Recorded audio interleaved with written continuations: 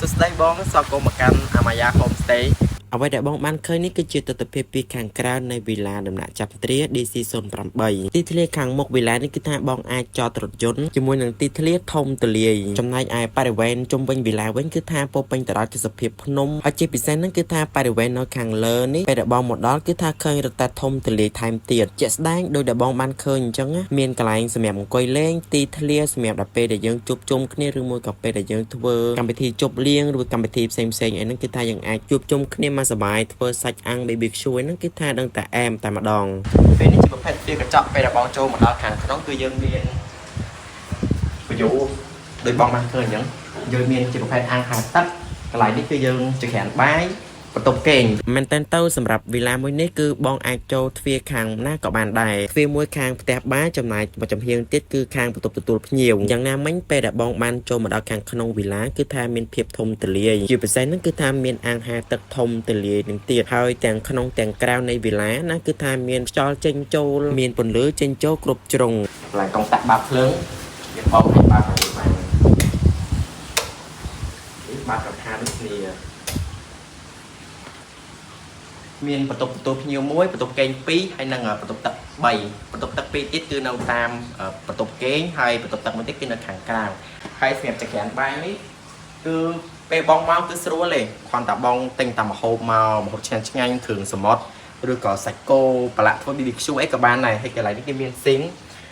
គឺយើងមានចានអីមកស្រាប់មក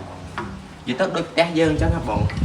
សម្ភារៈនៅក្នុងផ្ទះបាយនេះគឺថាមានមកមួយសេតតែម្ដងមានតាំងពីចានឆ្នាំង microwave កំសៀវដាំទឹកងាយស្រួលក្នុងការប្រើប្រាស់ក៏ដូចជាចំអិនអាហារផ្សេងសំខាន់ណាស់មានតាំងពីអង្ករដាំបាយនិងគ្រឿងផ្សំផ្សេងដូចជាស្ករប៊ីចេងអីនឹងបងទៅងាយស្រួលបងសម្រាប់ពេលដល់មកដល់ទីនេះគឺតែមានរបស់ប្រើប្រាស់ស្រាប់តែម្ដង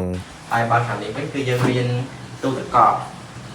គេមានកន្លែងផលិតទឹកកកខ្លួនឯងអញ្ចឹងទៅហើយគេមានទឹកក្នុងនេះយើងអាចដាក់ក្លាសេភេសជ្ជៈអីបាន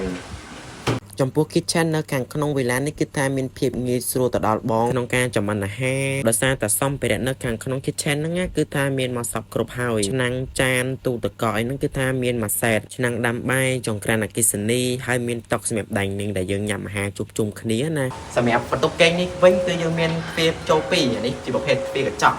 បងចូលទ្វារកញ្ចក់បានឬក៏ចូលខាងនេះក៏បានដែរព្រោះយើងមានទ្វារដល់ទៅ2តិចខ្ញុំនឹងបង្ហាញបងតែឥឡូវយើងចូលខាងនេះបងតាបន្ទប់គេងនៅខាងក្នុងវិឡានេះគឺថាក្រែមួយធំតលាយមានពន្លឺចេញចូលគ្រប់គ្រាន់ហើយនៅខាងមុខហ្នឹងគឺមានជាប្រភេទទ្វារកញ្ចក់អាចរុញចេញរុញចូលឃើញទេសភាពមានកន្លែងអង្គុយលេងហើយនិងអាងហាលទឹកនៅខាងមុខហ្នឹងកន្លែងនេះគឺយើងអាចអង្គុយរៀបចំខ្លួនគេមានកញ្ចក់យើងមានកៅអីអង្គុយសួរអង្គុយអញ្ចឹងហ្នឹងឯនេះអង្គតាក់បាភ្លើងទូដាក់អាវហើយទូដាក់អាវនេះគឺធំណាស់ដាក់អាវបានច្រើនបន្ទប់ទឹកបន្ទប់ទឹកយើងគឺក៏ធំទូលាយដែរ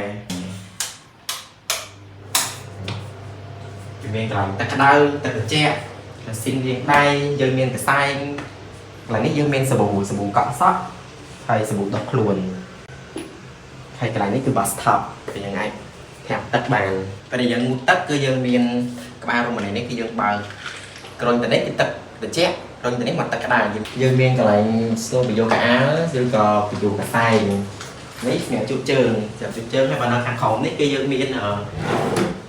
ម៉ាស៊ីនផ្លុំសក់គេដាក់នៅខាងក្រោមនេះមុនហ្នឹងយើងចូលមកខាងប្រឡោះខាងមុខទៅទ្វារកញ្ចក់ឥឡូវយើងមកចេញយើងមានប្រភេទទ្វារមួយទៀតនេះគឺយើងមានទ្វារ12យកបន្ទប់គេងនេះអញ្ចឹងយើងចេញមកប្រឡោះនេះវិញគឺយើងមកដល់បន្ទប់ទឹកនៅខាងក្រៅវិញ